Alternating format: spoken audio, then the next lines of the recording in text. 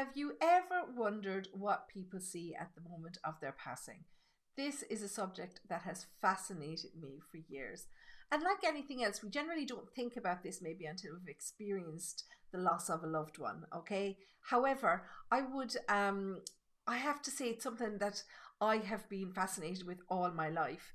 But then again, I suppose I've lost people throughout my life as well. So this is what we discussed this week on my podcast, my Life After Life podcast. Okay, so we talked about experiences. Now, talking, as I say, to people who have lost somebody in life.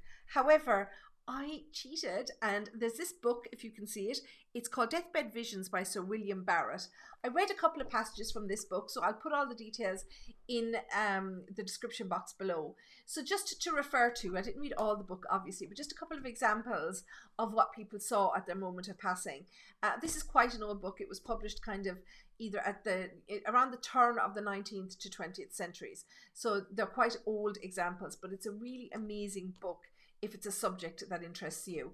But I did talk about some of it in my podcast this week. I also gave some examples from my own life, okay, because obviously I have lost loved ones, and I have some examples from my own life. And we talked to some of the listeners. They gave some examples from their experiences as well. Okay, so if you haven't listened to my podcast below, check it out here on the link there that I've put in the bottom of the box. I'll also pop that in the description box below.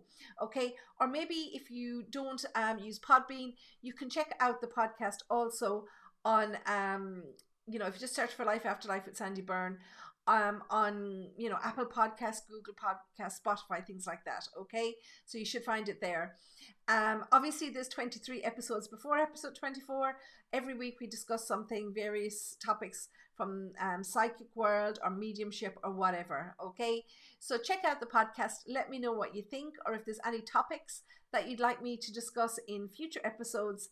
Otherwise, I will see you here in the next video quite soon.